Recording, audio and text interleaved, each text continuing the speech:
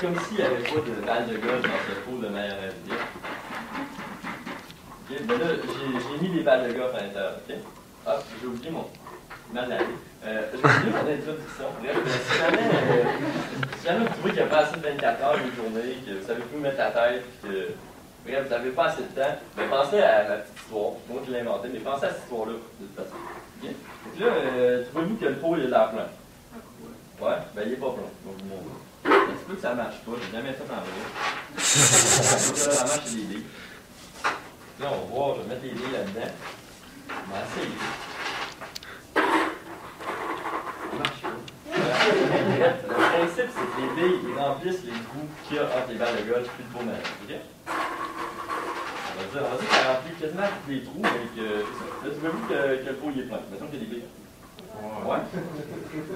J'ai trop pour acheter des vraies balles de golf, ça vaut vraiment. Ah, j'ai pas prévu ça. C'est imprévu. Ouais. Le pot il est pas plein. Regardez, le sel, tout c'est du sable. Remplis les trous dans le pot. D'accord? C'est bon, merci. Là, tu vois que le pot est pas mal plein, donc il y a du sable jusque-là. Sel. Non, pourquoi il est pas plein? La place pour du café. La place du café. Bon. C'est ça qui est du café. Bon, et ça, c'est du café concentré, instantané. Donc, je jette le tout après, c'est un peu dégueu. Là, on voit que ça remplit vraiment de café. Bref, on disait que mon pot il est plein quand il y avait 3 litres de café. Et que mon pot il est plein. Okay? Bref, c'est ça. Mais là, ici, est-ce que quelqu'un qui peut me dire c'est quoi l'histoire de l'histoire? C'est au début là, avec mon pot de mayonnaise. Quelqu'un qui est. Ouais, monsieur? Si on a du temps pour savoir voir les priorités, mettre les plus gros. OK. Ouais, ben, je vais vous expliquer un peu la théorie de cette histoire. C'est que les balles de golf, il s'agit, bref, des affaires vraiment importantes dans la vie, comme la famille, l'amour, puis tout ce qui nous passionne. De sorte que si on avait juste ça, ben notre pot qui représente la vie, soit dit en passant, serait quand même plein. Donc, si on préfère apprendre tout le reste, ça serait quand même plein, ce serait pas pire. Là, après ça, il y a les petites billes qui rentrent en ligne de compte. Ça, c'est le restant, l'auto, le travail, la maison. Ça, c'est quand même ce qui est assez important. Ça prend pas mal de place. Le mélange, c'est pas mal de place. OK? Puis après ça, il y aurait le sel. Le sel, ça remplit le reste. C'est tout le reste dans la vie. Et de sorte que si on mettait le sel en premier, donc on mettait ce qui était moins important en premier, que ça serait plein, puis il n'y aurait plus de place pour les choses importantes qui représentent les balles de golf.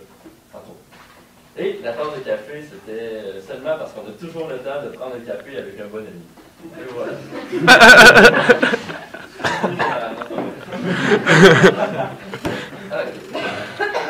OK, pourquoi je choisis ce sujet? Tout le monde va se dire, bon, c'est quoi qui fait lui apprendre les priorités de la vie?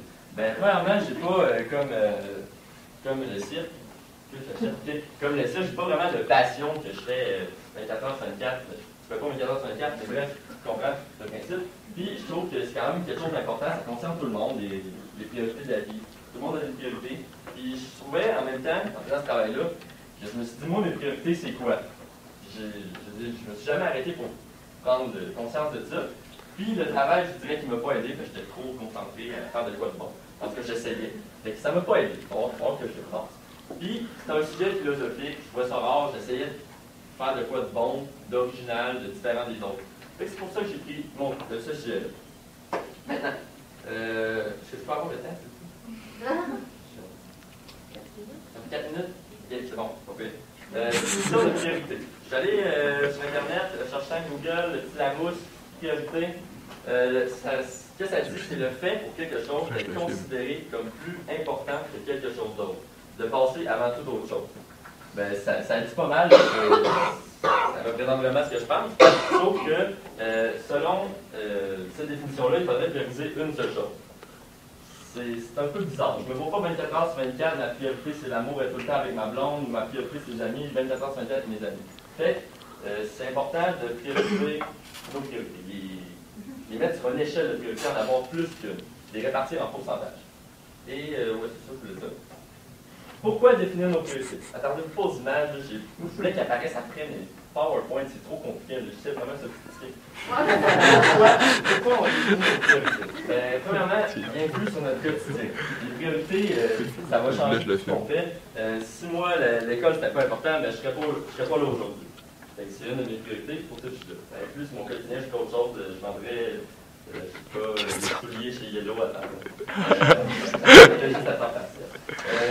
Les choix sont plus faciles à faire. C'est sûr que quand on sait vraiment ce qu'on veut dans la vie, on a tassé ce qu'on veut pas, ben on se dit, bon, tu sais, tu fais le mieux. Là, tu es moins stressé à propos des choses qui sont pas importantes pour toi. Puis tu as une tranquillité d'esprit plus grande, puis une qualité de vie par conséquent plus grande. Ça, c'est juste le gros bon sens. Puis aussi, un autre argument que j'ai mis, je ne vais peut-être pas dire, parce que c'est un peu paradoxal. Mais ce serait de poursuivre notre objectif. Mais tu sais, si on dit j'ai un objectif de vie, mais pourquoi cet objectif-là? Il faut que tu aies défini des priorités pour l'avoir défini ton objectif. Comprenez-vous?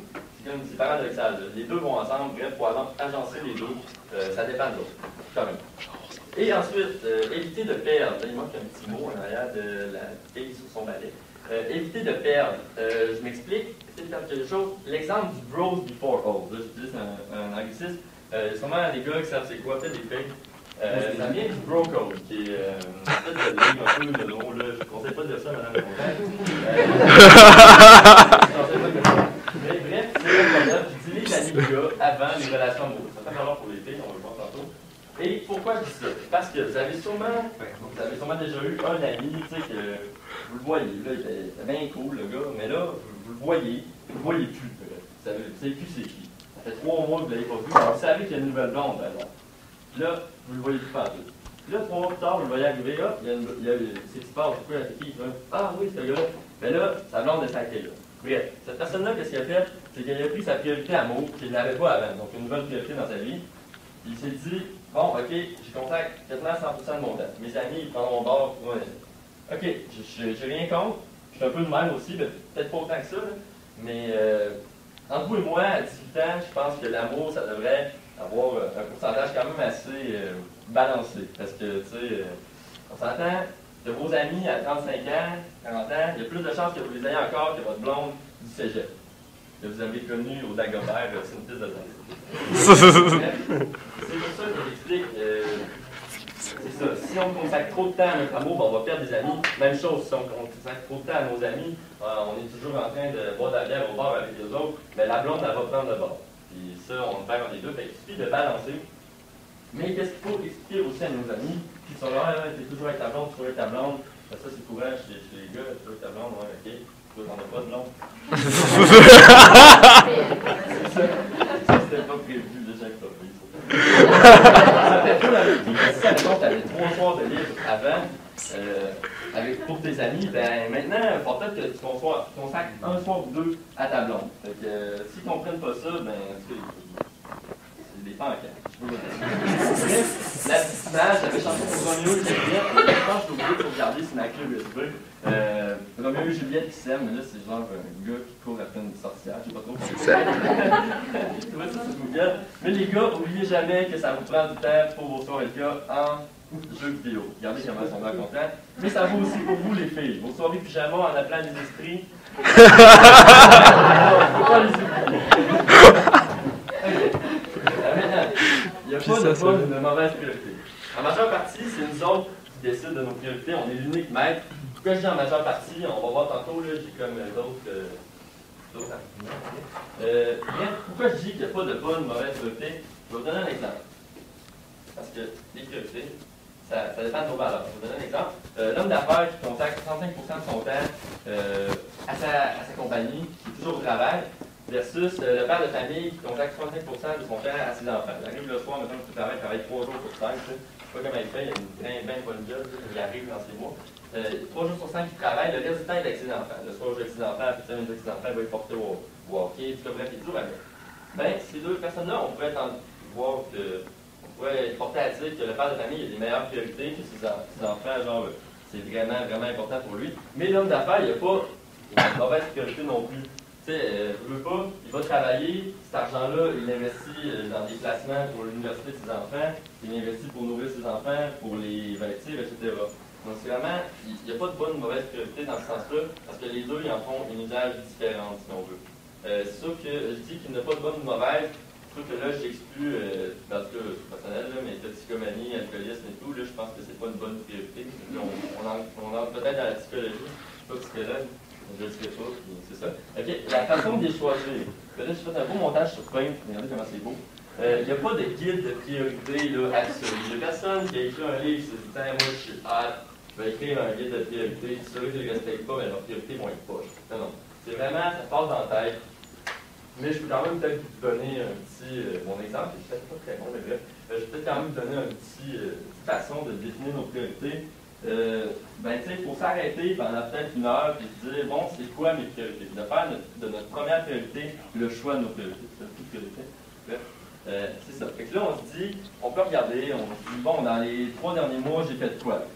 J'ai eu un souper de famille, ça a duré 6 heures, parce qu'il faut la durer, puis pendant ce souper de famille-là, j'ai vraiment eu du fun. C'était vraiment cool, je me suis senti bien, tout ça, très bien. Puis là, après ça, on se dit, un peu en 3 mois, on fait un bilan, on dit, ben, j'ai passé 30% du temps avec ma famille, 20% du temps avec ma blonde, 10% du temps loisir, blablabla. Puis là, on se dit, mais tu sais, j'ai passé le plus de temps de ces derniers mois avec ma famille. C'est-tu vraiment ça que je veux? C'est ça qui prend le plus de mon temps, c'est-tu vraiment ça que je veux? C'est ça qui m'intéresse. On voit qu'il y en a des priorités, c'est texté dans leur code à crayon. Non, c'est une joke, dans le code personnel. C'est ça. Fait que là, on s'appelle une façon de faire pour définir nos priorités. Il l'avait collé. Vous l'avez dit qu'on vous voyait. Ah, j'ai dit voyé? Non, je vous l'avais dit que je vous voyais. Ok, que tu nous voyais. Ouais, que vous nous voyez. Okay. Bref, c'est ça, c'est une façon que je donne vite de même là, pour choisir les priorités. C'est pas un guide absolu comme ça. C'est un choix personnel. J'ai dit que les priorités, ça dépendait vraiment de nous-mêmes, mais il y a quand même des facteurs externes qui influencent. Comme l'âge. C'est sûr que quelqu'un qui. C'est vénère, j'ai demandé de me filmer, c'est pour ça. C'est ça, l'âge. Quelqu'un qui a 8 ans, ça, sa priorité, ça va être d'aller jouer dans un carré de sable. Je vois mal le monsieur de 35 ans aller jouer dans le carré de sable tout seul, même pas avec des enfants. Ça va être un peu bizarre. Bref, c'est pour ça que je dis qu'avec l'âge, j'ai des nouvelles responsabilités qui arrivent, des priorités changent. Il y a aussi les d'autres sur 15. L'événement tragique, j'allais dire un exemple, mais bref, prenons juste l'exemple d'un enfant ou n'importe qui a eu le cancer dans la vie. Ceux qui ne pensera pas pareil, ses priorités vont changer. On va passer plus de temps avec sa famille, bref, etc. Vous comprenez le principe. La société, on ne peut pas l'ignorer. Le meilleur exemple qu'on a, c'est l'école au Québec qui est imposée jusqu'à 16 ans. Vous décidez, vous avez 8 ans, vous voulez aller vendre des pièces d'auto chez Canadian Tire, ça ne marchera pas. Vous ne pouvez pas faire de votre priorité école, vous ne pouvez pas la changer en travail. École, tu es là pour rester jusqu'à 16 ans, sauf en cas de grande exception, même à ça. C'est ça que je voulais dire par rapport à la société, par rapport à mon exemple. Puis il y a aussi le fait, on est-tu socialiste ou individualiste? Est-ce que je pense vraiment à moi avant tout? Ou je me soucie beaucoup des générations futures. C'est sûr que là, si je pense à moi avant tout, ça ne veut pas dire que je me fous des autres, puis anarchie, puis je pense juste à moi. C'est sûr qu'il y a une certaine balance en ça. Là, quand je dis socialiste, ça peut être un geste aussi bénin que la récupération, par exemple. On pense à nos enfants qui vont vivre dans une terre polluée, puis que la terre va exploser. Ou, bref, on va changer d'exemple, je pense. La religion, aussi la religion, très très présente avant au Québec. Je n'étais pas là pour en témoigner, mais on a entendu dire qu'il y avait des sœurs qui géraient les écoles et tout. Mais maintenant, si vous allez à l'église le dimanche matin, je ne suis pas sûr que vous allez voir votre chum de gars, votre chum de fille. La religion, ça a vraiment un grand impact dans certaines places, dans certains pays, pour certaines personnes. On va juste prendre l'exemple des gens qui doivent aller prier à telle heure. Les employeurs, ils respectent vraiment ça. Donc, eux, c'est une priorité pour eux. Donc, c'est inévitable. OK, ma conclusion, ma première conclusion, c'est vraiment quelqu'un au bout, ça fait une allusion avec mon frère beaucoup dans la reste, je dois jeter. Quels sont, vous amenez tout ça, là, pour vous faire réfléchir sur vos priorités, quelles sont vos balles de golf? Qu'est-ce qui prend le plus de place dans votre vie? Et sont-elles vraiment représentatives? Et la deuxième petite conclusion, un peu moins sérieuse, ça porte exception parfois aux gens à l'école. Vous devez choisir 2 de ces éléments-là, soit les bonnes notes à l'école, assez de sommeil ou une vie sociale intéressante. C'est tout, merci.